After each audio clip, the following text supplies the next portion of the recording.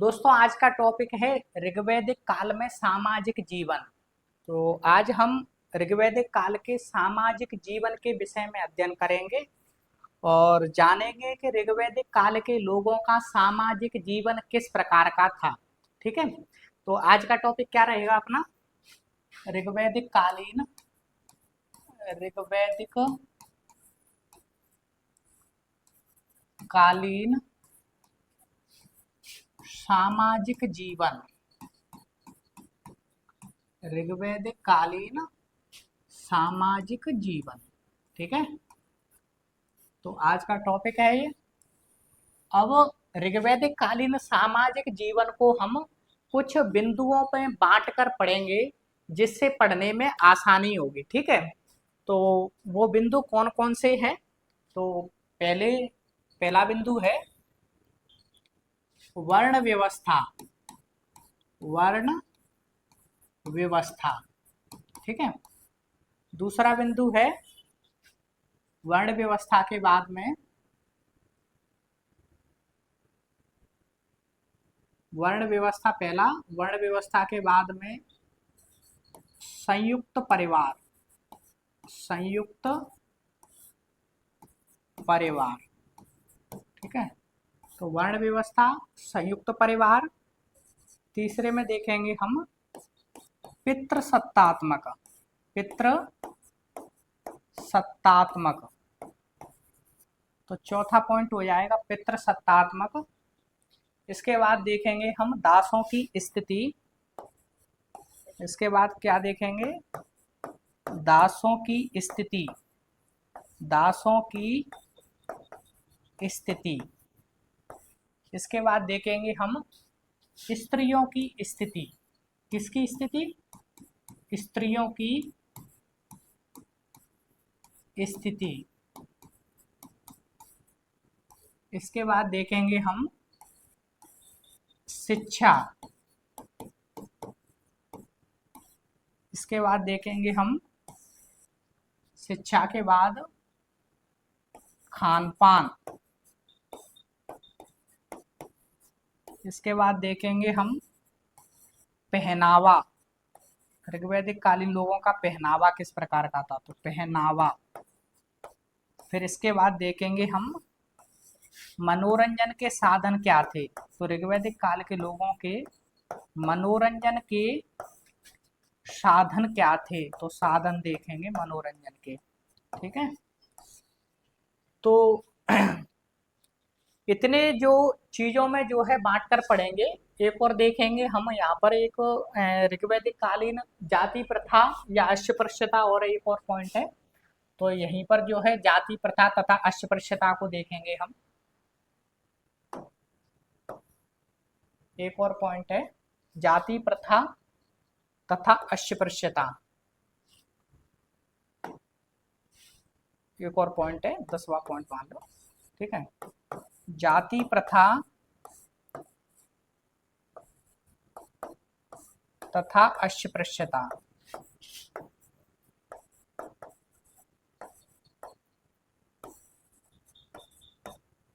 जाति प्रथा तथा अस्पृश्यता, ठीक है। तो ऋग्वैदिक कालीन सामाजिक जीवन को हम निम्नलिखित बिंदुओं के अंतर्गत पढ़ेंगे।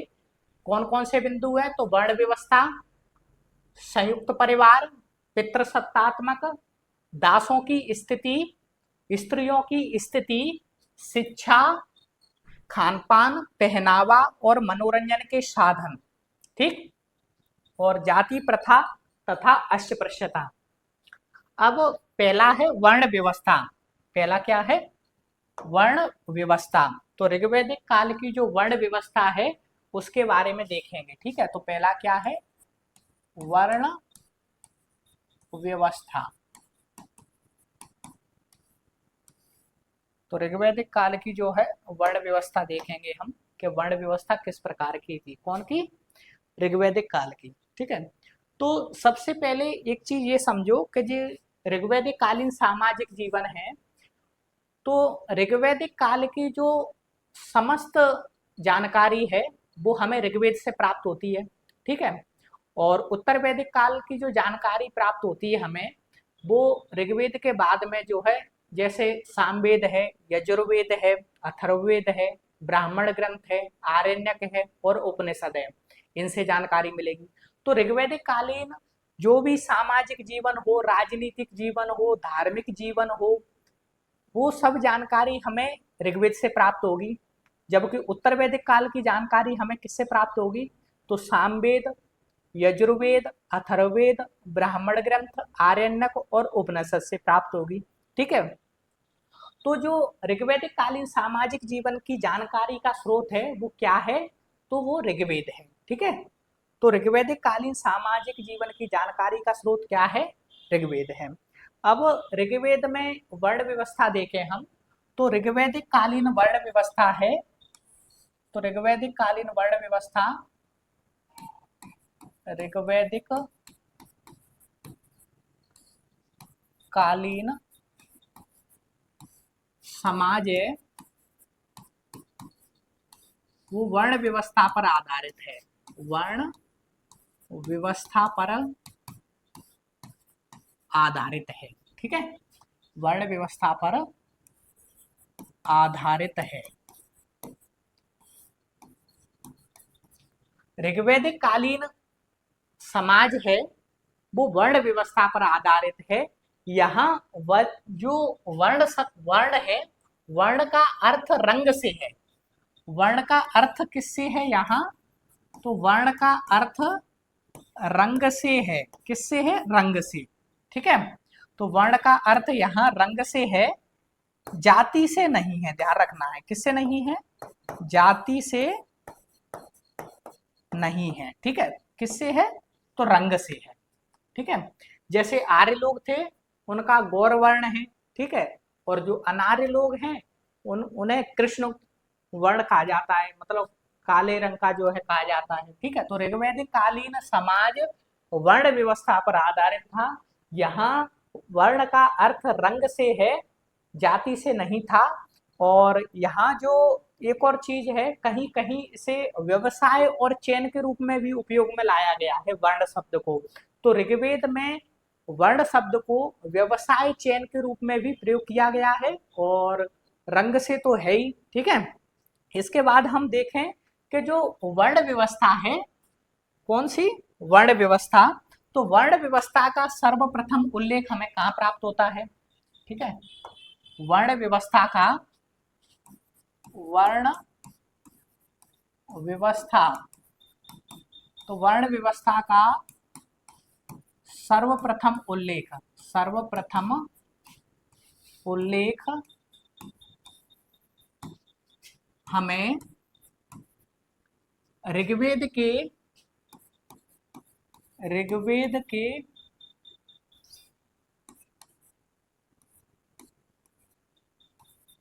ऋग्वेद के 10वें मंडल के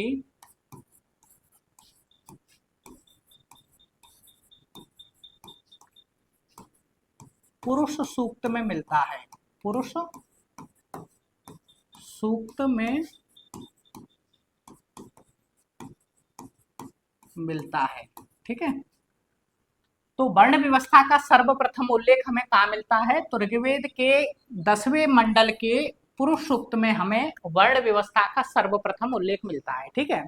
तो वर्ण व्यवस्था का सर्वप्रथम उल्लेख कहाँ मिलता है? तो वर्ण व्यवस्था का सर्वप्रथम उल्लेख हमें ऋग्वेद के 10वें मंडल के पुरुष सूक्त में मिलता है।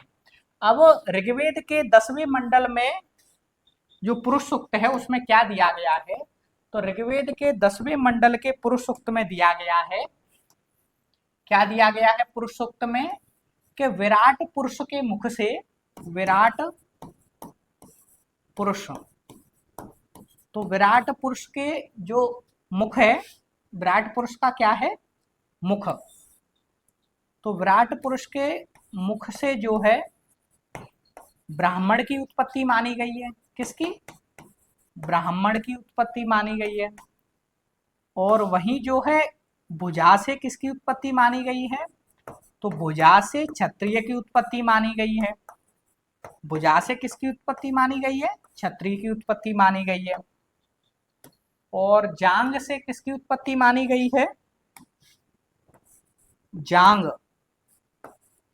जांग से जो है वैश्य की उत्पत्ति मानी गई है। तो जांग से वैश्य की उत्पत्ति मानी गई है। और जो है पैर से शूद्र वर्ण की उत्पत्ति मानी गई है।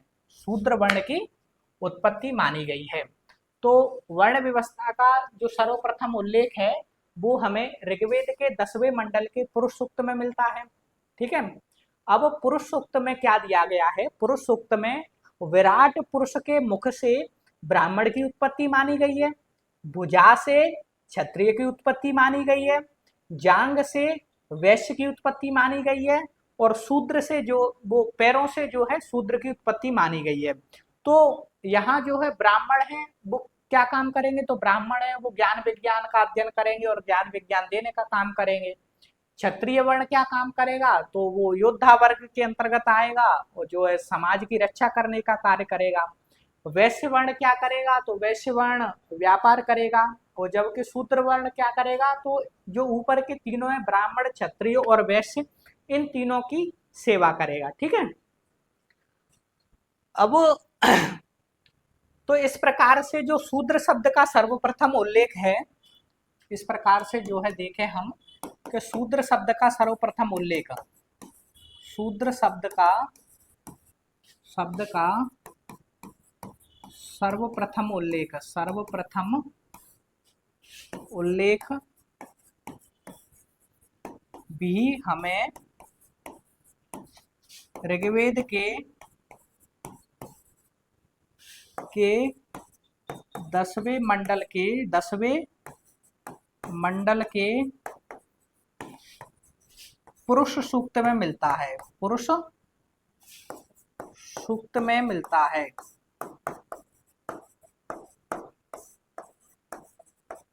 ठीक है।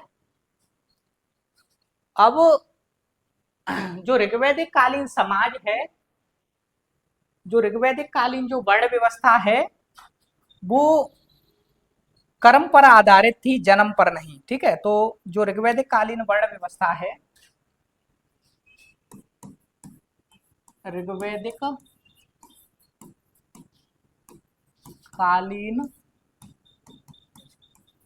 वर्ण व्यवस्था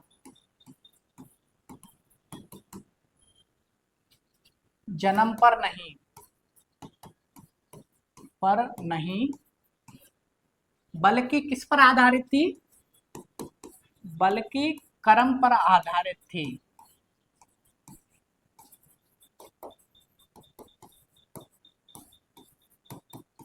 ठीक है। तो ऋग्वैदिक कालीन जो वर्ण व्यवस्था है वो जन्म पर नहीं कर्म पर आधारित थी। मतलब इसके उदाहरण भी हमें देखने को मिलते हैं, 2 उदाहरण मिलते हैं। तो इसके उदाहरण देखें हम, तो इसके उदाहरण भी मिलता है। तो ऋग्वेद में जो 9वां मंडल है, तो ऋग्वेद के 9वें मंडल में एक बालक कहता है, क्या कहता है बालक ऋग्वेद के 9वें मंडल में? कि मैं कवि हूं। मैं क्या हूं? मैं कवि हूं। मेरे पिता वैद्य हैं तथा मेरी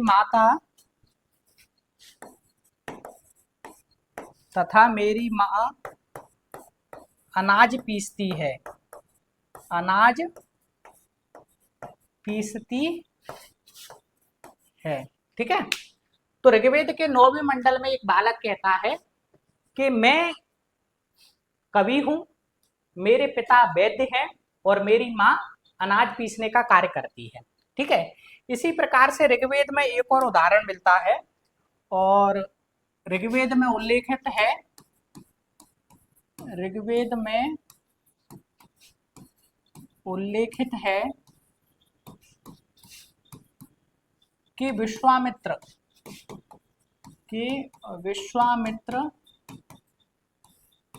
के पूर्वज, जो विश्वामित्र के पूर्वजों ने अनेक राज्यों की स्थापना की थी। अनेक राज्यों की स्थापना की थी। तो इस प्रकार से जो विश्वामित्र हैं वो जन्म से तो क्षत्रिय वर्ण के हैं।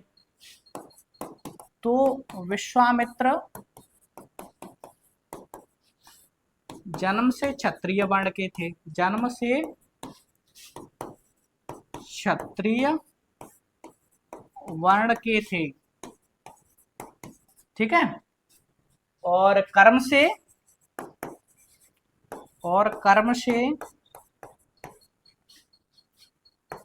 ऋषि अर्थात ब्राह्मण वर्ग के थे।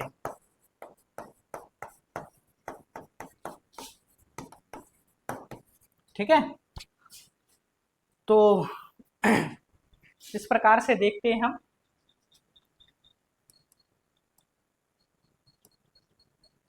ऋग्वैदिक कालीन सामाजिक जीवन पढ़ रहे थे हम, और ऋग्वैदिक कालीन सामाजिक जीवन में हमने देखा था कि जो ऋग्वैदिक कालीन सामाजिक जीवन की जानकारी हमें किससे प्राप्त होती है, तो ऋग्वेद से प्राप्त होती है। फिर हमने ऋग्वैदिक कालीन सामाजिक जीवन को बिंदुओं के आधार पर बांटा था, और उनमें से पहला बिंदु है वो वर्ण व्यवस्था है। और ऋग्वैदिक कालीन जो समाज है वो वर्ण व्यवस्था पर आधारित था। ऋग्वैदिक कालीन जो समाज है वो किस पर आधारित था, वर्ण व्यवस्था पर आधारित था। लेकिन जहाँ जो वर्ण है वह वर्ण का अर्थ रंग से है, जाति से नहीं है।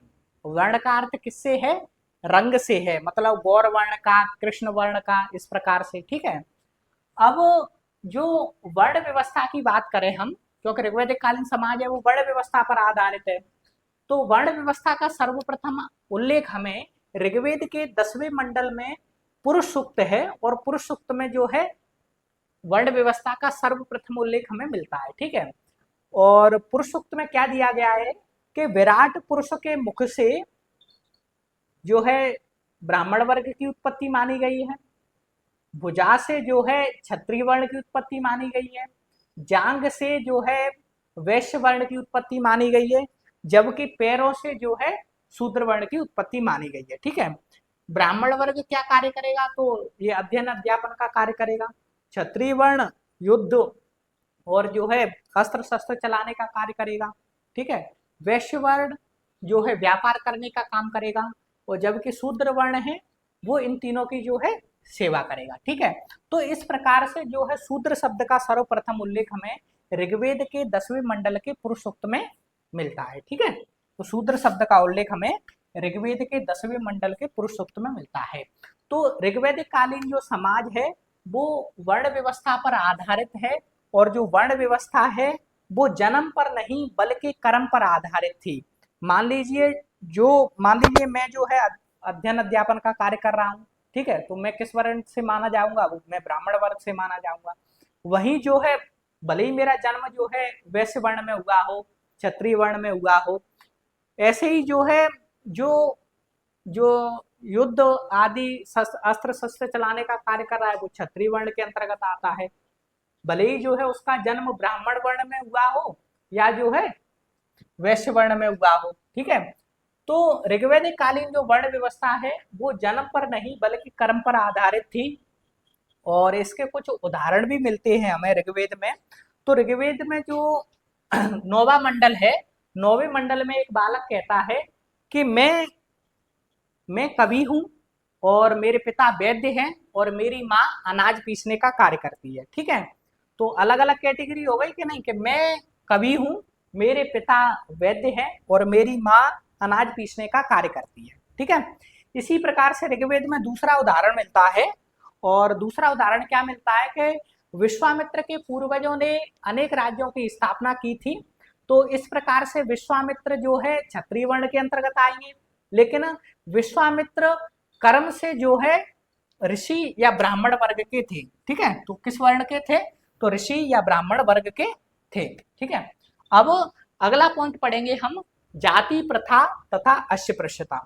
तो ऋग्वैदिक कालीन सामाजिक जीवन के अंतर्गत अगला पॉइंट क्या है, जाति प्रथा तथा अस्पृश्यता। जाति प्रथा तथा अस्पृश्यता। तो ऋग्वैदिक काल में जाति प्रथा तथा अस्पृश्यता का प्रचलन नहीं था। ठीक है, तो प्रचलन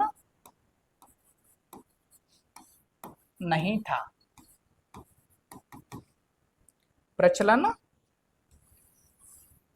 नहीं था। ठीक है,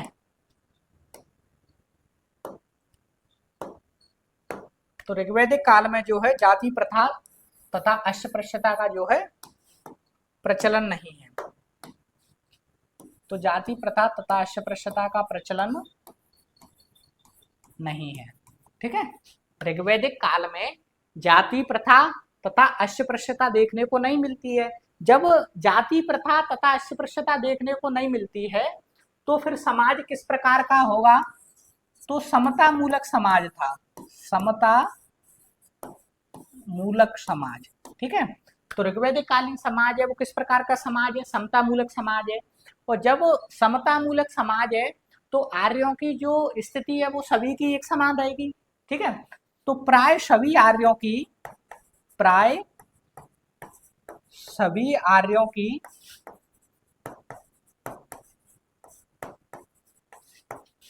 सामाजिक स्थिति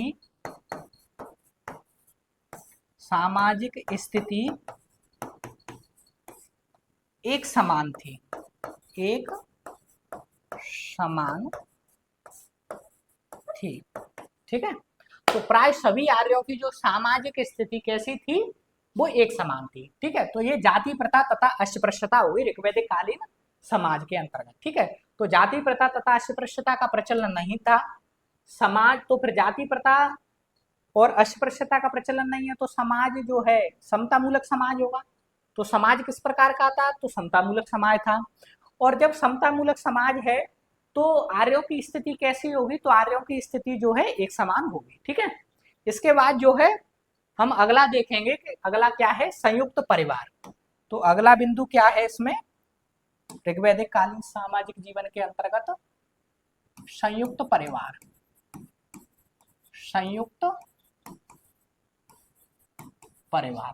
ठीक है, तो संयुक्त परिवार के अंतर्गत देखेंगे हम कि ऋग्वैदिक काल में जो है संयुक्त परिवार का प्रचलन था। ऋग्वैदिक काल में जो है ऋग्वैदिक काल में संयुक्त परिवार का प्रचलन था, संयुक्त परिवार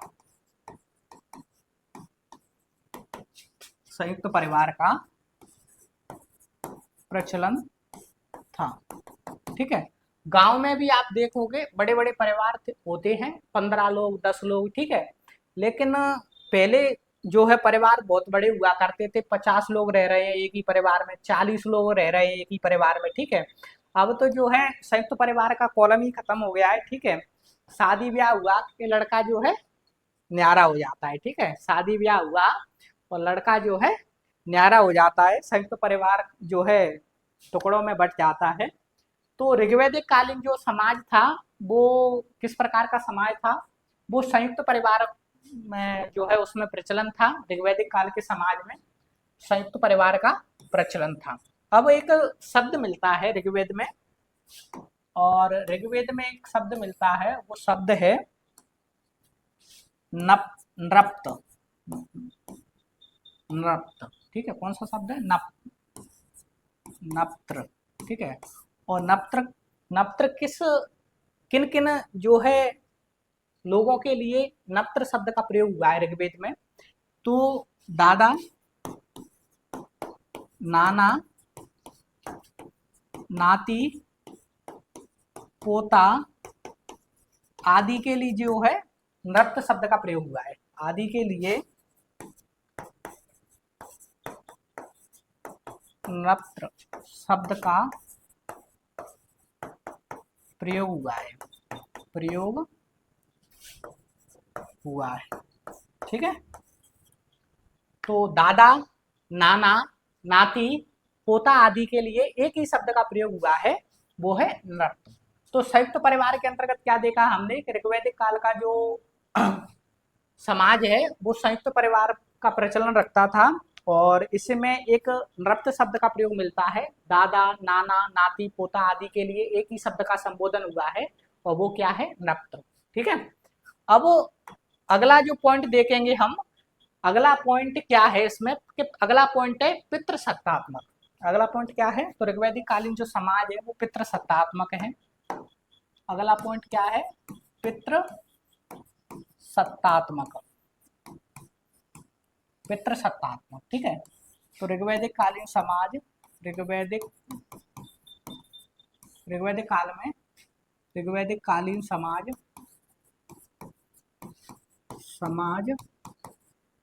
पितृसत्तात्मक था। ठीक है, पितृ सत्तात्मक था। अब ऋग्वैदिक कालीन समाज है वो पितृसत्तात्मक है, तो परिवार का मुखिया कौन होगा, तो परिवार में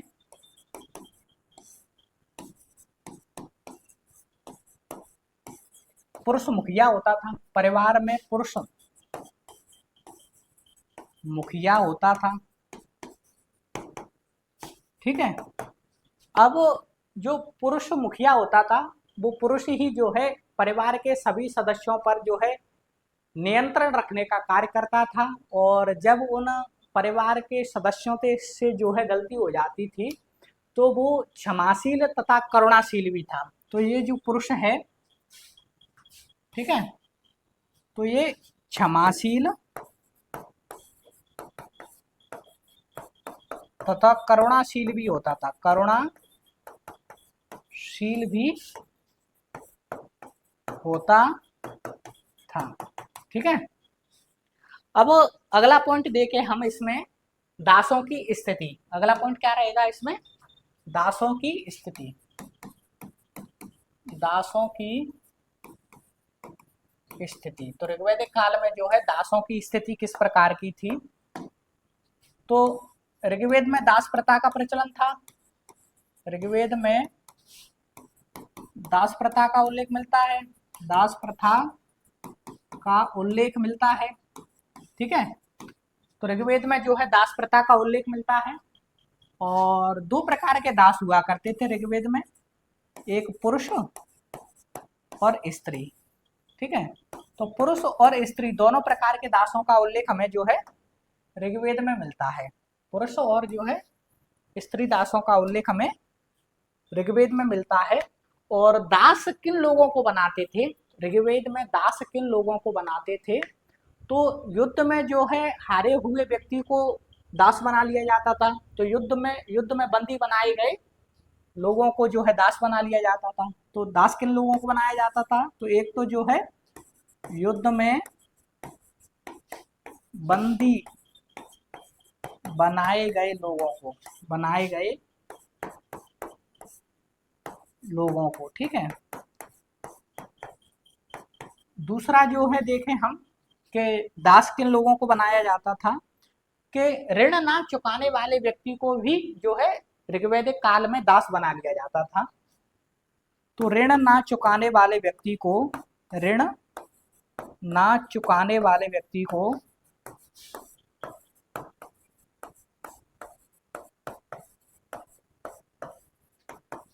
दास बनाया जाता था।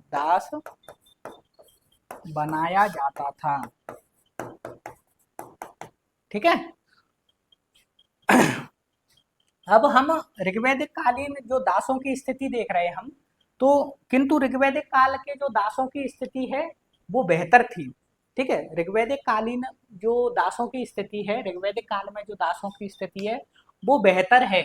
क्योंकि आप कहोगे कैसे सर, दासों की स्थिति कैसे बेहतर है, इस प्रकार बेहतर है क्योंकि दासों को जो है केवल घरेलू कार्यों में जो है उनको लगाया जाता था, कृषि कार्यों में नहीं। ठीक है, अब कटिया तो तभी होंगे ना जब कृषि कार्य में जो है लगाएं, जो है उसे गेहूं कटवाएं, सरसों कटवाएं, पानी दिवाएं, सर्दियों में जो है सिंचाई करवाएं। ठीक है, कटिया तो तभी होंगे ना दासों के। तो ऋग्वैदिक कालीन में जो दास थे, ऋग्वैदिक कालीन किंतु ऋग्वैदिक कालीन दासों की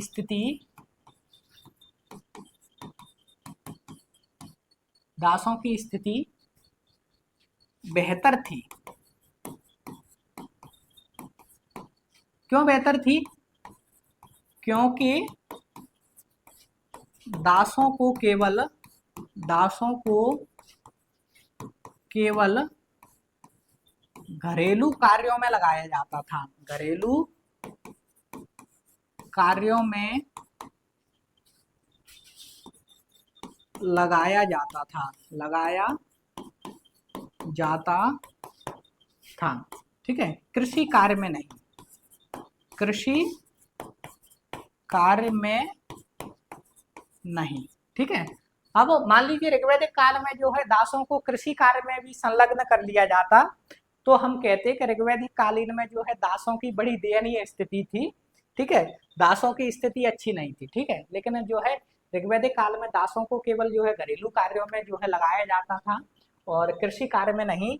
अब दासों का कटिया तो तभी होता था जब गेहूं कटवाते दासों से, सरसों कटवाते, सिंचाई करवाते सर्दियों में, ठीक है। तो ऋग्वैदिक काल में जो है दासों को केवल घरेलू कार्यों में लगाया जाता था और कृषि कार्य में नहीं, ठीक है। तो इसलिए हम कह सकते हैं कि ऋग्वैदिक कालीन जो दासों की स्थिति है वो बेहतर है, ठीक है, एकदम अच्छी नहीं, मतलब ठीक ठाक है, बेहतर है। अब इसके बाद बात करेंगे स्त्रियों की स्थिति। तो ऋग्वैदिक कालीन स्त्रियों की स्थिति, ठीक है, स्त्रियों की स्थिति। अगला क्या है, स्त्रियों की स्थिति। तो ऋग्वैदिक कालीन जो स्त्रियों की स्थिति की बात करें तो यद्यपि ऋग्वैदिक कालीन जो समाज है वो पुरुष प्रधान है, यद्यपि जो है ऋग्वैदिक कालीन समाज है वो पुरुष प्रधान है। तो ऋग्वैदिक कालीन समाज, पहला पॉइंट क्या रखेंगे इसमें, जो ऋग्वैदिक कालीन समाज है, ऋग्वैदिक कालीन समाज पुरुष प्रधान है, पुरुष प्रधान है, ठीक है। ऋग्वैदिक कालीन समाज है वो पुरुष प्रधान है, किंतु महिलाओं की स्थिति बेहतर थी, किंतु महिलाओं की स्थिति, किंतु महिलाओं की स्थिति, महिलाओं की स्थिति अच्छी थी, ठीक है, अच्छी थी। अब हम ऋग्वैदिक कालीन स्त्रियों की स्थिति अच्छी थी किस प्रकार से कह सकते हैं, क्योंकि ऋग्वैदिक कालीन जो महिलाएं थी या स्त्री थी उन्हें सभा और विधत में भाग लेने का अधिकार था, ठीक है। तो ऋग्वैदिक कालीन तो स्त्रियों को जो है, स्त्रियों को सभा और विधत में भाग लेने का अधिकार था।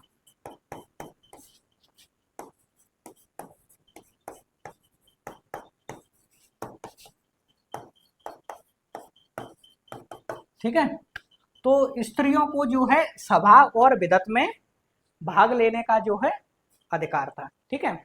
अब इसके बाद बात करें कि जो है और किन चीजों का अधिकार था, तो स्त्रियों को उपनयन संस्कार तथा शिक्षा प्राप्त करने का भी अधिकार था। स्त्रियों को जो है उपनयन संस्कार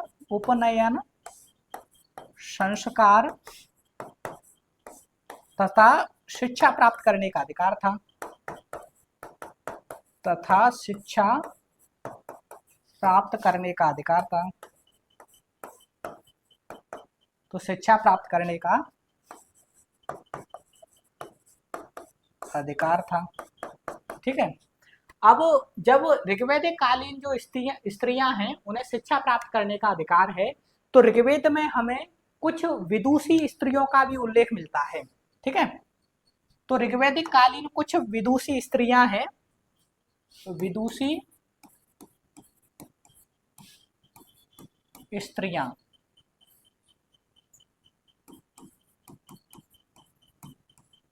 और विदुषी स्त्रियां कौन कौन है ऋग्वैदिक कालीन, जैसे देखे हम लोपामुद्रा,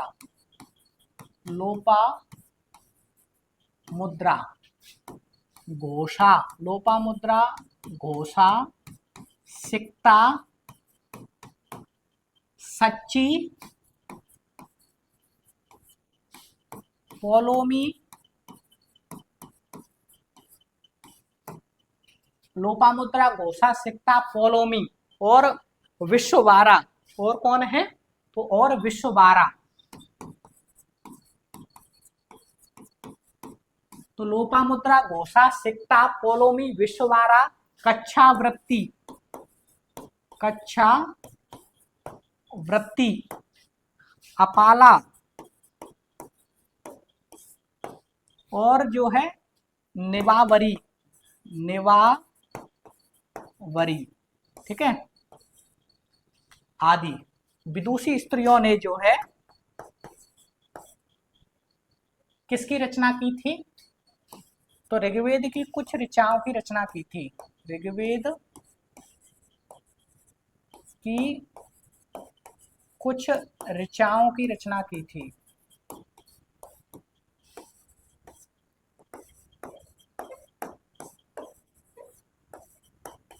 ऋचाओं का मतलब मंत्र या श्लोक होता है, ठीक है। तो ऋग्वेद में कुछ हमें विदुषी स्त्रियों का भी उल्लेख मिलता है, जैसे लोपामुद्रा, घोषा, सिक्ता, सच्ची, पोलोमी, विश्ववारा, कच्छावृत्ति, अपाला और निवावरी आदि विदुषी महिलाओं ने ऋग्वेद में कुछ ऋचाओं अर्थात मंत्र या श्लोक का जो है रचना भी की है, ठीक है। अब इसके बाद हम देखें कि उन्हें मतलब ऋग्वेद में जो है किन किन चीजों का प्रचलन था स्त्रियों के अंतर्गत जो है। तो पुनर्विवाह, तो स्त्रियां जो है पुनर्विवाह कर सकती थी। तो पुनर्विवाह, बहुपति विवाह, बहुपति विवाह, तो बहुपति विवाह, पुनर्विवाह, बहुपति विवाह और नियोग प्रथा, और नियोग प्रथा का प्रचलन था।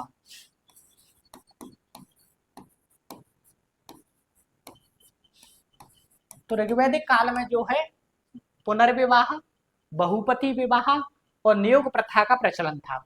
अब जो नियोग प्रथा होती थी वो नियोग प्रथा क्या होती है?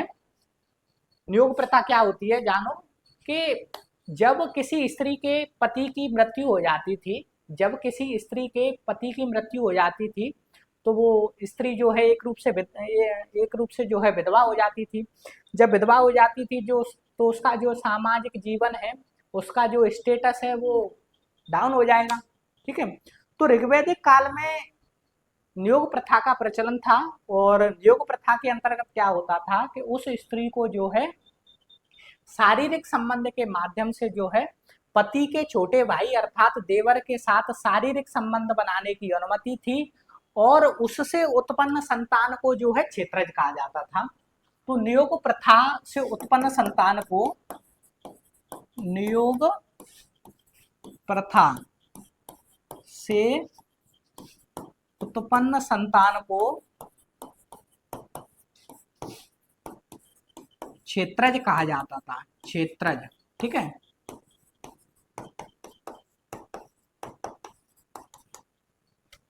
तो ऋग्वैदिक काल में स्त्रियों को पुनर्विवाह, बहुपति विवाह और नियोग प्रथा का प्रचलन था। और नियोग प्रथा बताई थी मैंने कि जब किसी स्त्री के पति की मृत्यु हो जाती थी तो जो है पुत्र की इच्छा के लिए मतलब यहाँ शारीरिक संबंध बनाने का एकमात्र उद्देश्य क्या है? पुत्र की प्राप्ति, ठीक है। क्या है? पुत्र की प्राप्ति। तो पुत्र की प्राप्ति के उद्देश्य से वह अपने पति के छोटे भाई अर्थात देवर से जो है शारीरिक संबंध बनाती थी, ठीक है, और जो है पुत्र की प्राप्ति करती थी, ठीक है। जिससे क्या होता था कि उसका जो सामाजिक जीवन है, उसका स्टेटस है वो ठीक ठाक हो जाता था, ठीक है, और उसके गुजारे के लिए जो है एक जो है पुत्र की प्राप्ति भी हो जाती थी जो उसे खिलाता पिलाता रहता, ठीक है। तो इस प्रकार से जो है नियोग प्रथा से उत्पन्न संतान को जो है क्षेत्रज कहा जाता था, ठीक है।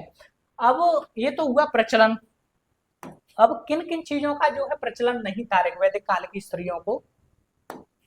तो जो है किसका प्रचलन नहीं था? तो बाल विवाह, बाल विवाह। तो ऋग्वेद में जो है बाल विवाह का प्रचलन नहीं है, बाल विवाह का प्रचलन नहीं है, पर्दा प्रथा का प्रचलन नहीं है, ठीक है। और जो है सती प्रथा का प्रचलन नहीं है, सती प्रथा का प्रचलन नहीं है।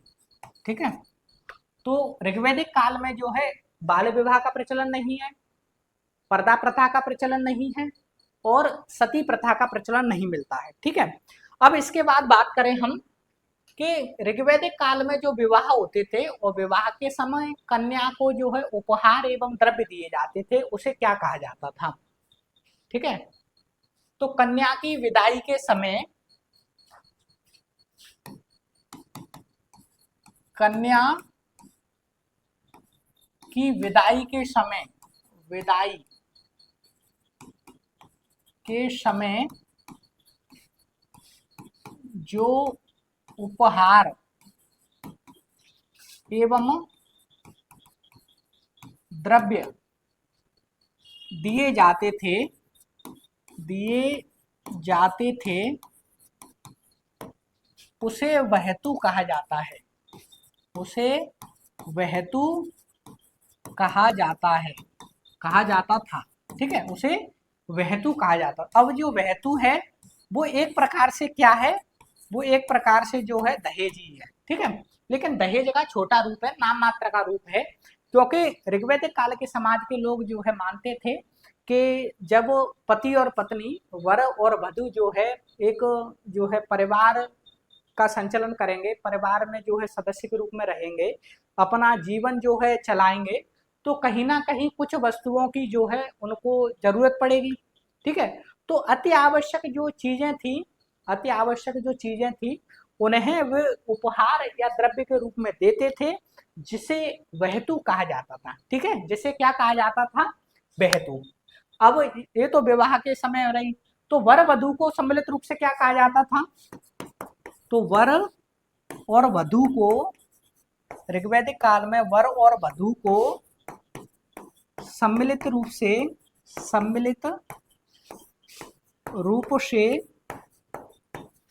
अर्व कहा जाता था। क्या कहा जाता था? अर्व। तो ऋग्वैदिक काल में जो है वर और वधू को जो है सम्मिलित रूप से क्या कहा जाता था? तो ऋग्वैदिक काल में वर और वधू को सम्मिलित रूप से अर्व कहा जाता था।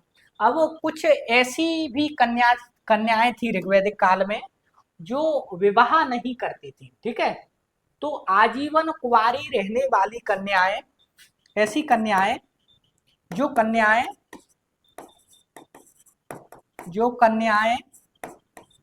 जीवन भर कुंवारी रहती थी, जीवन भर कुंवारी रहती थी,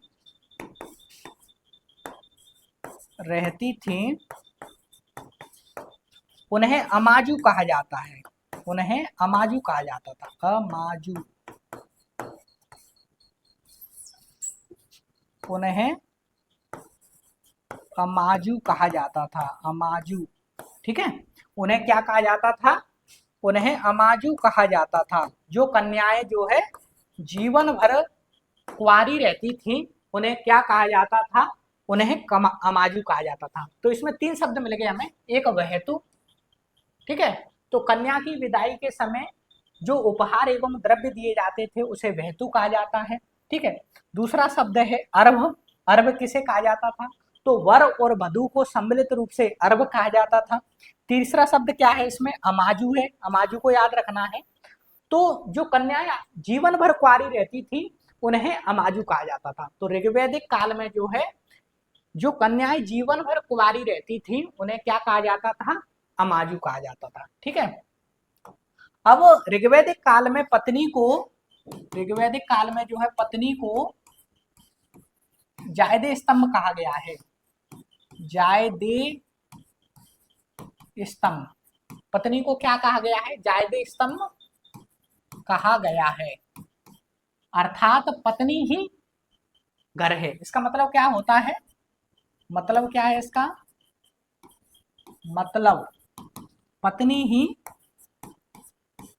घर है, पत्नी ही घर है।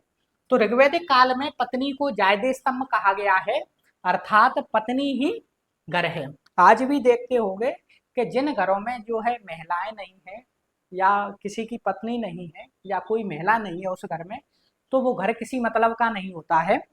और भले ही पैसा हो कुछ भी हो, तो कहते हैं ना कि अरे वो घर नहीं है। तो घर कब बनता है? जब पुरुष और महिलाएं दोनों रहती हों, पति और पत्नी जो है खुशहाल जीवन जीती हों, तब जो है उसे घर की संज्ञा दी जाती है। तो पत्नी को जो है जायदे स्तंभ कहा गया है, मतलब पत्नी ही घर है। क्या है? पत्नी ही घर है। अब इसके बाद बात करें हम कि ऋग्वैदिक कालीन जो स्त्रियां थी उन्हें यज्ञ में भाग लेने का भी अधिकार था। तो स्त्रियों को जो है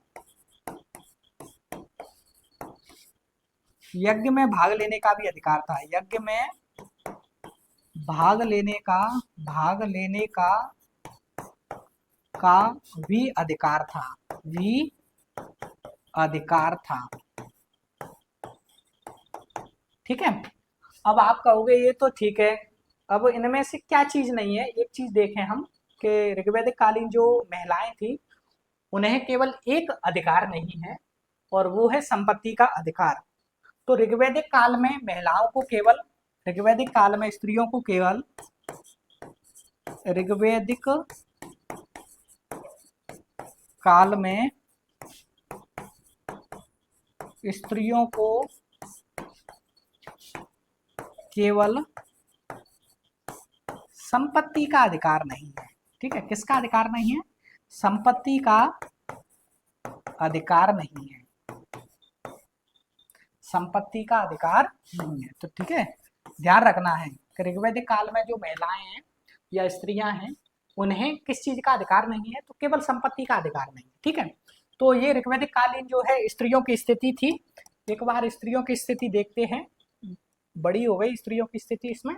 तो ऋग्वैदिक कालीन समाज है, यद्यपि ऋग्वैदिक कालीन समाज है वो पुरुष प्रधान समाज है, किंतु ऋग्वैदिक काल में महिलाओं की स्थिति बेहतर थी। ठीक है, एक चीज ये। अब महिलाओं की स्थिति बेहतर किस प्रकार से थी जानते हैं? कैसे कह सकते हैं कि ऋग्वैदिक काल में जो है महिलाओं की स्थिति बेहतर थी?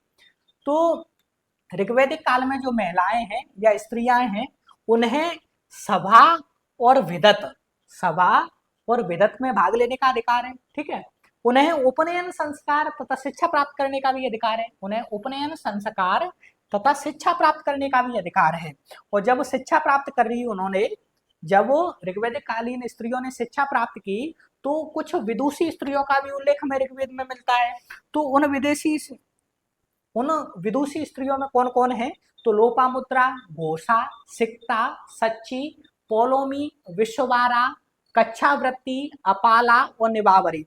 तो ये सब जो है विदुषी महिलाएं मिलती है हमें ऋग्वेद में। और इन विदुषी महिलाओं ने ऋग्वेद की कुछ ऋचाओं अर्थात मंत्रों या श्लोकों की जो है रचना की।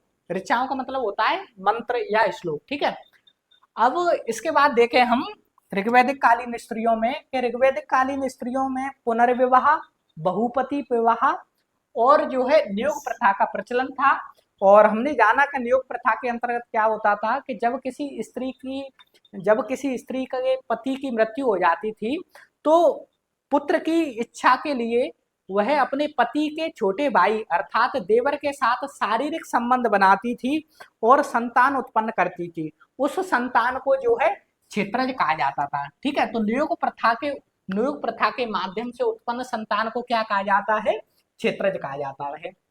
अब हमें ऋग्वैदिक काल में ना तो बाल विवाह का प्रचलन मिलता है, ना ही पर्दा प्रथा का प्रचलन मिलता है, और ना ही हमें सती प्रथा का उल्लेख मिलता है। ठीक है, इसके बाद देखें कि कन्या की विदाई के समय ऋग्वैदिक काल में जो उपहार एवं द्रव्य दिए जाते थे उसे क्या कहा जाता था? उसे वहतु कहा जाता था। और वहतु एक मात्र से जो है मात्र रूप में जो है एक दहेज के रूप में था। ठीक है, इसी प्रकार से वर और वधु को सम्मिलित रूप से अर्व कहा जाता था। ऋग्वैदिक काल में वर और वधु को क्या कहा जाता था? तो सम्मिलित रूप से अर्व कहा जाता था। इसी प्रकार से जो कन्याएं जीवन भर कुंवारी रहती थी उन्हें अमाजु कहा जाता था। उन्हें क्या कहा जाता था? तो उन्हें अमाजु कहा जाता था। इसी प्रकार से ऋग्वैदिक काल में पत्नी को जायदे स्तंभ कहा जाता था, और जायदे स्तंभ का मतलब होता है पत्नी ही घर है। ठीक है, इसके बाद देखें कि ऋग्वैदिक कालीन जो स्त्रियां हैं उन्हें यज्ञ में भाग लेने का भी अधिकार है। तो पुरुष के साथ या पति के साथ जो है वो यज्ञ में भाग लेती थी। अब आपसे पूछा जाए कि ऋग्वैदिक काल में किस जो स्त्रियां हैं उन्हें केवल एक ही चीज का जो है अधिकार नहीं था, वो भी संपत्ति का। तो ऋग्वैदिक कालीन जो स्त्रियां हैं उन्हें केवल संपत्ति का अधिकार नहीं है, ठीक है। उन्हें किसका अधिकार नहीं है? उन्हें जो है संपत्ति का अधिकार नहीं है। अब अगला पॉइंट आएगा शिक्षा का। अगला पॉइंट क्या है? तो अगला पॉइंट है ऋग्वैदिक कालीन शिक्षा। तो शिक्षा की बात करें ऋग्वैदिक कालीन, तो ऋग्वैदिक काल के लोगों में देखें हम कि लिपि का ज्ञान नहीं है। किसका ज्ञान नहीं है? ऋग्वैदिक काल में जो है, ऋग्वैदिक काल में जो है लिपि का ज्ञान नहीं है। किसका ज्ञान नहीं है?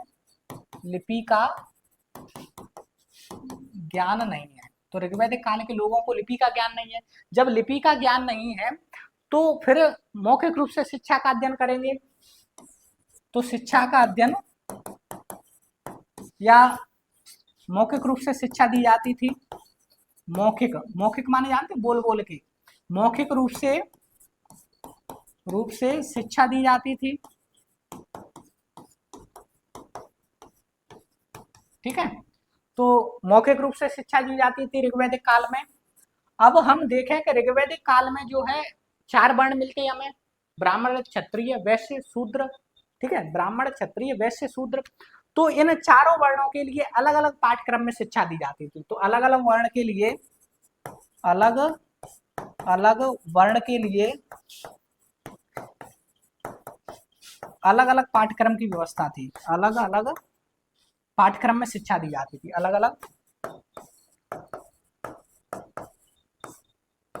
में शिक्षा दी जाती थी, शिक्षा दी जाती थी, ठीक है। तो अलग अलग जो है पाठ्यक्रम में शिक्षा दी जाती थी। अब इसके बाद बात करें हम कि ऋग्वैदिक काल में विद्यार्थी है और उसे विद्यार्थी को शिक्षा प्राप्त करना है। तो ऋग्वैदिक काल में जो विद्यार्थी है उसे शिक्षा प्राप्त करने के लिए पहले उपनयन संस्कार से गुजरना पड़ेगा और उपनयन संस्कार के बाद वह गुरु के आश्रम में जाकर शिक्षा प्राप्त कर सकता था। तो विद्यार्थी को उपनयन संस्कार के बाद, उपनयन संस्कार के बाद शिक्षा ग्रहण करने हेतु या शिक्षा प्राप्त करने के लिए, शिक्षा प्राप्त करने के लिए गुरु के आश्रम में जाना होता था। गुरु के आश्रम में जाना होता था, ठीक है। तो ये शिक्षा की बात हुई, ऋग्वैदिक कालीन शिक्षा। तो ऋग्वैदिक काल के लोगों को लिपि का ज्ञान नहीं है। जब लिपि का ज्ञान नहीं है तो शिक्षा जो है मौखिक रूप से दी जाती थी, ठीक है। और ऋग्वैदिक काल में जो है हमें 4 वर्ण देखने को मिलते हैं। तो चारों वर्णों को अलग अलग पाठ्यक्रम की शिक्षा दी जाती थी और किसी विद्यार्थी को जो है शिक्षा प्राप्त करना है तो वो है गुरु के आश्रम में उपनयन संस्कार के बाद जो है शिक्षा प्राप्त कर सकता था, ठीक है। अब शिक्षा के बाद में जो है बात करें हम, अगला टॉपिक क्या है? अगला टॉपिक है विवाह। शिक्षा के बाद में अगला टॉपिक की बात करें हम विवाह की। अब अगला बिंदु है विवाह। विवाह तो ऋग्वैदिक काल में जो है अंतरवर्णीय विवाह का प्रमाण मिलता है। तो ऋग्वेद में जो है किसका प्रमाण मिलता है? अंतरवर्णीय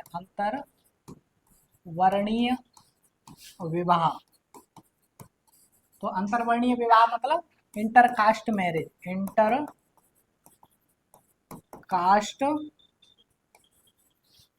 मैरिज का प्रमाण मिलता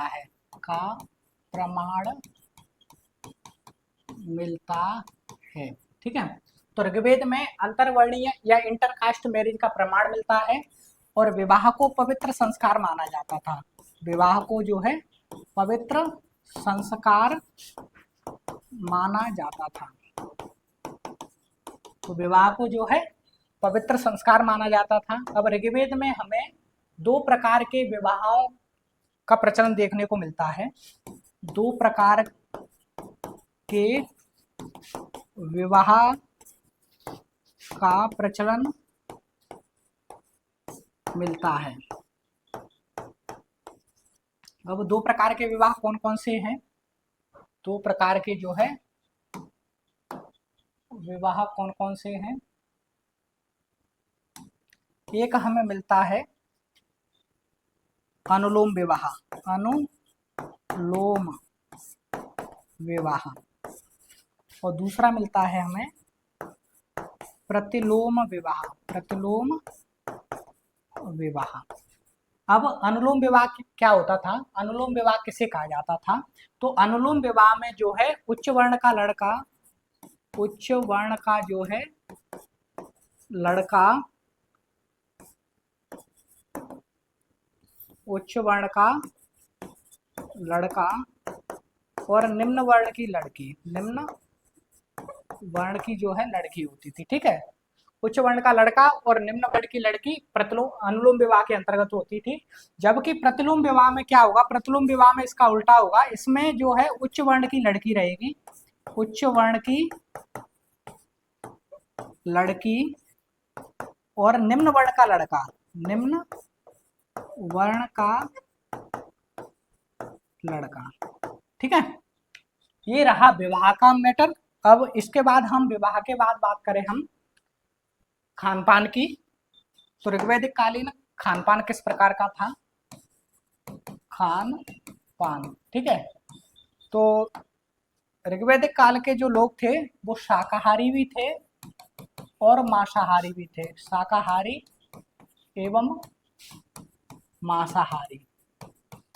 तो ऋग्वैदिक काल के जो लोग थे वो शाकाहारी एवं मांसाहारी भी थे, और भोजन में दूध, दही और घी का विशेष महत्व था, घी का विशेष महत्व था, विशेष महत्व था, ठीक है। अब हम देखें आगे कि ऋग्वैदिक काल में जो है भोजन के अंतर्गत, तो ऋग्वेद में हमें अनाज के रूप में केवल यव यानी जौ का उल्लेख मिलता है। तो ऋग्वेद में अनाज के रूप में केवल यव यानी जौ का उल्लेख मिलता है, जौ का उल्लेख मिलता है, उल्लेख मिलता है, ठीक है। तो ऋग्वेद में अनाज के रूप में केवल हमें यव यानी जौ का उल्लेख मिलता है और किसी भी अनाज का उल्लेख नहीं मिलता है, ठीक है। अब यव के सत्तू के साथ, यव यानी जौ के सत्तू दूध के साथ मिलाकर जो है ये लोग क्षीर पकोदन तैयार करते थे, क्षीर पकोदन, ठीक है। तो यव के सत्तू को जो है दूध के साथ मिलाकर ये क्षीर पकोदन तैयार करते थे, मतलब ये यव की जो है खीर तैयार करते थे, जैसे आज हम जो है चावल की खीर तैयार करते हैं, ठीक है।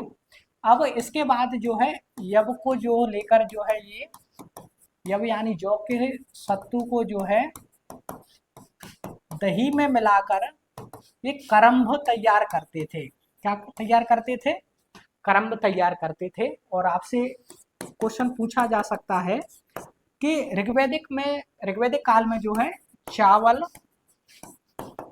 नमक और मछली का उल्लेख प्राप्त नहीं होता, का उल्लेख प्राप्त नहीं होता है, नहीं होता है, ठीक है। तो ऋग्वेद में जो है चावल, नमक और मछली का जो है उल्लेख हमें प्राप्त नहीं होता है। अब हम मांस की बात करें, जो मांसाहारी है, क्योंकि ऋग्वैदिक काल के जो लोग हैं वो मांसाहारी है, तो मांसाहार जो मांस के रूप में जो है किसका सेवन करते थे वो लोग? तो भेड़ और बकरी के मांस का उपयोग करते थे, भेड़ और बकरी, तो भेड़ बकरी आदि के मांस का सेवन करते थे, ठीक है। गाय का मांस निषिद्ध था, गाय का मांस निषिद्ध था, वो गाय के मांस का सेवन नहीं करते थे, ठीक है। अब ये तो रही खान की। अब पान की बात करें तो ऋग्वेद में जो है सुरापान की निंदा की गई है, ऋग्वेद में सुरापान की निंदा की गई है, सुरापान की निंदा की गई है, जबकि सोमपान की प्रशंसा की गई है, जबकि सोमपान की प्रशंसा की गई है, प्रशंसा की गई है। अब ऋग्वेद में सुरापान की जो है निंदा क्यों की गई है? क्योंकि ऋग्वेद में सुरापान या सुरापान जो है का सेवन करने के बाद व्यक्ति अत्यधिक क्रोधित होता था, गाली गलौज करता था, ठीक है। इसलिए जो है ऋग्वेद में सुरापान की निंदा की गई है और सोमपान की प्रशंसा की गई है। और सोमपान कहाँ मिलता था? तो हिमालय की मुजबंत चोटी पर जो है सोमपान मिलता था, जिसका जो है देवता लोग जो है सेवन करते थे, ठीक है। अब खान पान के बाद बात करें हम पहनावे की, तो ऋग्वैदिक कालीन पहनावा की बात करें हम कि ऋग्वैदिक काल के लोगों का पहनावा किस प्रकार का था, पहनावा, ठीक है। तो पहनावा में देखे हम कि वे ऊनी मतलब सूती तथा ऊनी वस्त्रों का, सूती तथा ऊनी, तो सूती तथा ऊनी वस्त्र पहनते थे वे लोग, पहनते थे, ठीक है। तो ऋग्वैदिक काल के जो लोग हैं वो सूती तथा ऊनी दोनों प्रकार के वस्त्र पहनते थे, ठीक है। अब ऋग्वेद में जो है 3 प्रकार के वस्त्रों का प्रचलन था, तो 3 प्रकार के वस्त्रों का प्रचलन, ठीक है। तो ऋग्वेद में जो है 3 प्रकार के वस्त्रों का प्रचलन था। अब 3 प्रकार के वस्त्र कौन कौन से हैं? एक वस्त्र है निवी, नीवी, एक है वास और तीसरा है जो है, तीसरा क्या है? अधिवास। अब निवी क्या होता था? निवी कमर के नीचे, ठीक है, कमर के नीचे जो पहने जाने वाला वस्त्र है उसे निवी कहा जाता था। कमर के ऊपर पहने जाने वाले वस्त्र को वास कहा जाता था, मतलब मध्य भाग में पहने जाने वाले वस्त्र को जो है वास कहा जाता था। जबकि अधिवास किसे कहा जाता था? तो ऊपर से ओढ़ने वाले वस्त्र को अधिवास कहा जाता था, जैसे शॉल, चादर आदि जो है अधिवास के रूप में आएंगे, ठीक है।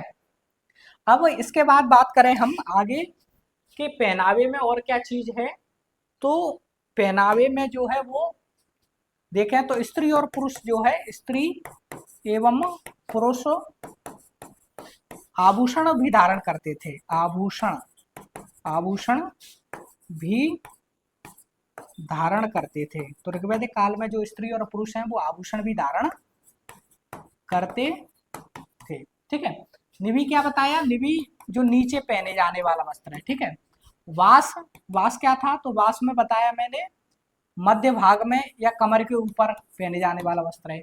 और जबकि अधिवास क्या है? अधिवास जो है ऊपर ओढ़ने वाला जो है वस्त्र है, जैसे जो है अधिवास के अंतर्गत क्या आएगा? जैसे जो है शॉल और चादर आदि, ठीक है, वो अधिवास के अंतर्गत आएगा, ठीक है। अब इसके बाद बात करें हम मनोरंजन के साधन की। इसके बाद क्या है अगला? इसके बाद अगला है मनोरंजन के साधन, मनोरंजन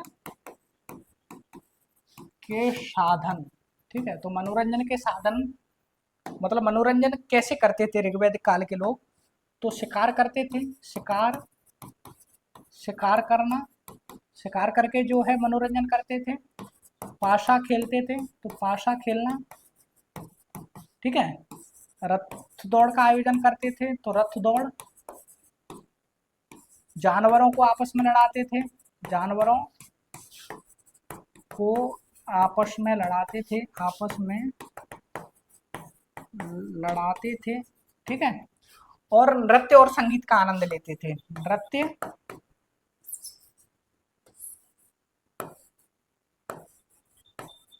नृत्य एवं संगीत का आनंद लेते थे, ठीक है। तो इस प्रकार से जो है ऋग्वैदिक कालीन सामाजिक जीवन हमारा यहाँ पर कंप्लीट होता है। और ऋग्वैदिक कालीन सामाजिक जीवन को एक बार जो है हम रिवीजन करते हैं, जिससे जो है हमारे जहन में और अंतरात्मा तक जो है ऋग्वैदिक कालीन सामाजिक जीवन जो है पहुंच जाए और हम उसे भूले ना, ठीक है। तो ऋग्वैदिक कालीन सामाजिक जीवन आज का टॉपिक था, उसके अंतर्गत वर्ण व्यवस्था हमने जो है ऋग्वैदिक कालीन सामाजिक जीवन को जो है कुछ बिंदुओं के आधार पर बांटा था, जैसे वर्ण व्यवस्था, और संयुक्त परिवार, पितृसत्तात्मक, दासों की स्थिति, जाति प्रथा तथा अस्पृश्यता, स्त्रियों की स्थिति, शिक्षा, खान पान, पहनावा और मनोरंजन के साधन। ठीक है, अब ऋग्वेदिक कालीन सामाजिक जीवन की जो जानकारी का स्रोत है वो ऋग्वेद है। ठीक है, अब ऋग्वेदिक कालीन सामाजिक जीवन हो, चाहे धार्मिक चाहे आर्थिक कुछ भी हो, उसका जो है जानकारी का स्रोत क्या रहेगा, ऋग्वेद ही रहेगा। पहला बिंदु था वर्ण व्यवस्था। तो ऋग्वेदिक कालीन समाज है वो वर्ण व्यवस्था पर आधारित था। यहाँ वर्ण का अर्थ रंग से है, जाति से नहीं है। और कहीं कहीं जो है वर्ण का प्रयोग जो है व्यवसाय चयन के लिए भी हुआ है। ठीक है, अब वर्ण व्यवस्था का सर्वप्रथम उल्लेख हमें ऋग्वेद के 10वें मंडल में मिलता है और पुरुष सूक्त के अंतर्गत मिलता है। तो वर्ण व्यवस्था का सर्वप्रथम उल्लेख हमें ऋग्वेद के 10वें मंडल के पुरुष सूक्त में मिलता है और उसमें बताया गया है कि विराट पुरुष के मुख से जो है ब्राह्मण की उत्पत्ति मानी गई है, भुजा से जो है क्षत्रिय की उत्पत्ति मानी गई है, और जांग से जो है वैश्य वर्ण की उत्पत्ति मानी गई है, और पैरों से शूद्र वर्ण की उत्पत्ति मानी गई है। अब ब्राह्मण वर्ण क्या करेगा, ब्राह्मण वर्ण अध्ययन अध्यापन का कार्य करेगा। क्षत्रिय वर्ण क्या करेगा, वो रक्षा करने, लोगों की रक्षा करने का कार्य करेगा। ठीक है, वैश्य वर्ण क्या करेगा, तो व्यापार करने का कार्य करेगा। और शूद्र वर्ण क्या करेगा, इन जो ऊपर के जो तीनों हैं उनकी सेवा करने का कार्य करेगा। तो इस प्रकार से जो शूद्र शब्द का सर्वप्रथम उल्लेख है वो हमें ऋग्वेद के 10वें मंडल के पुरुष सूक्त में मिलता है।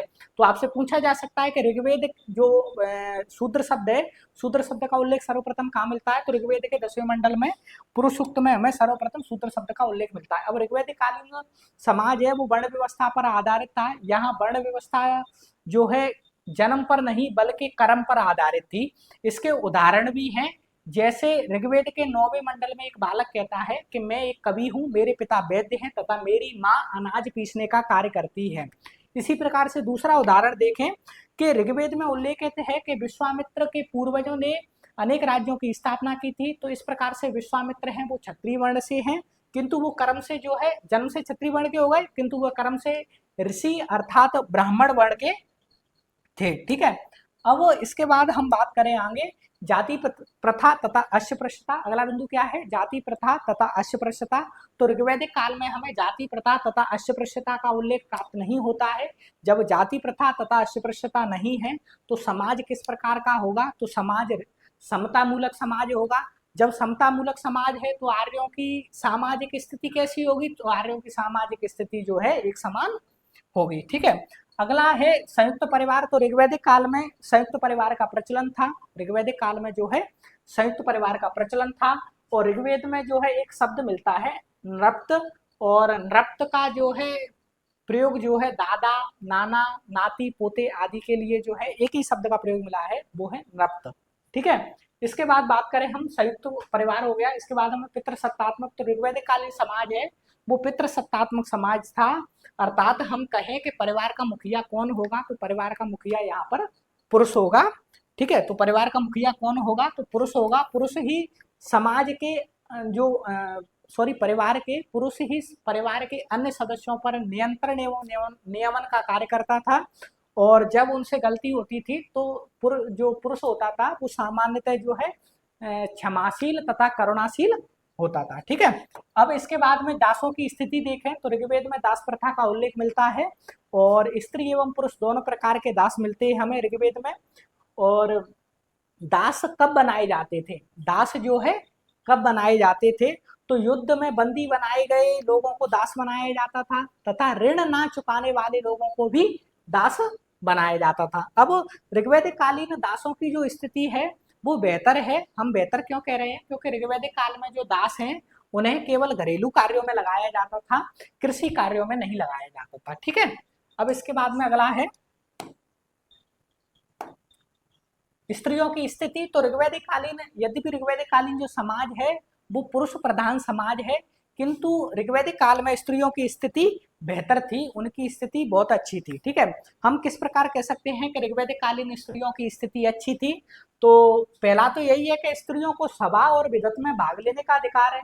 सभा और विदत नामक संस्था में भाग लेने का अधिकार है। उन्हें उपनयन संस्कार तथा शिक्षा प्राप्त करने का भी अधिकार है। जब शिक्षा प्राप्त करने का अधिकार है तो हमें ऋग्वेद में कुछ जो है विदुषी स्त्रियों का भी उल्लेख मिलता है, जैसे लोपामुद्रा, घोषा, सिक्ता, सच्ची, पोलोमी, विश्वबारा, कच्छावृत्ति, अपाला और निवावरी।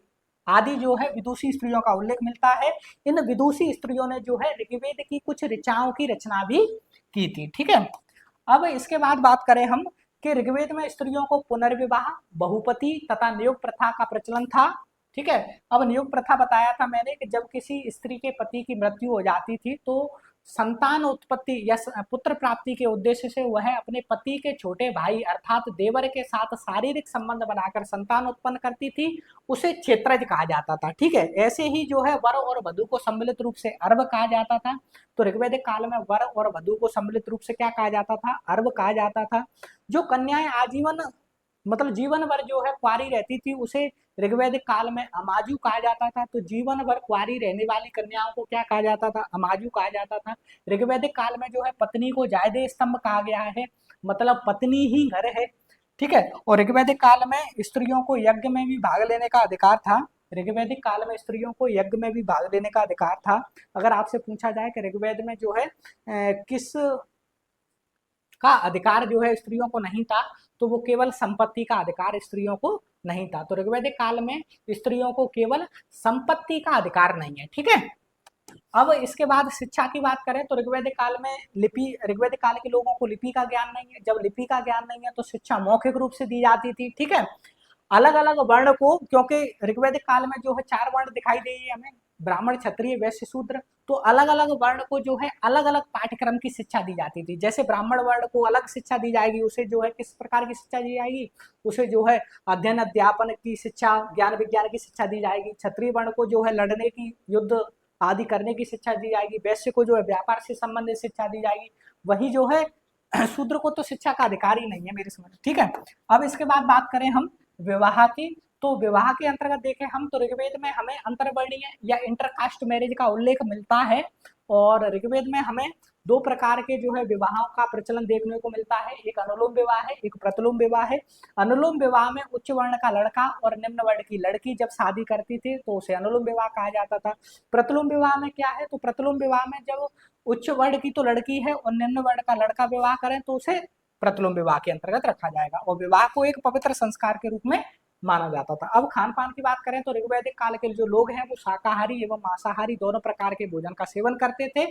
अब ऋग्वैदिक काल में हमें अनाज के रूप में केवल यव का उल्लेख मिलता है, यानी जौ का उल्लेख मिलता है।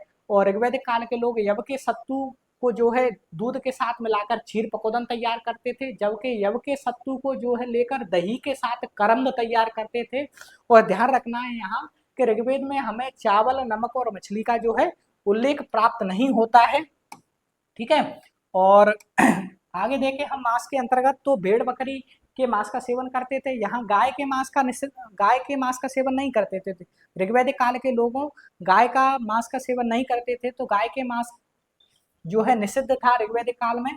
और ऋग्वेद में सुरापान की निंदा की गई है, जबकि सोमपान की जो है प्रशंसा की गई है। ठीक है, अब इसके बाद में पहनावे की बात करें तो वो सूती तथा ऊनी दोनों प्रकार के वस्त्र पहनते थे। ठीक है, और ऋग्वैदिक काल में 3 प्रकार के वस्त्रों का प्रचलन था, निवि, वास और अधिवास। निवि कमर से नीचे पहने जाने वाला वस्त्र को निवि कहा जाता था। कमर के ऊपर अर्थात जो है गर्दन और कमर के बीच में मध्य भाग में पहने जाने वाले वस्त्र को वास कहा जाता था, और जबकि ऊपर से ओढ़े जाने वाले वस्त्र को अधिवास कहा जाता था। वही पुरुष जो है पगड़ी पहनते थे उसे ऊषणीय कहा जाता था, और स्त्री तथा पुरुष जो है आभूषण भी धारण करते थे। तो ऋग्वैदिक काल के स्त्री तथा पुरुष जो है आभूषण धारण भी करते थे। और ऋग्वैदिक काल में अब मनोरंजन के साधन देखें तो शिकार करते थे वो लोग। ठीक है, पासा खेलते थे, रथ दौड़ का आयोजन भी करते थे वो।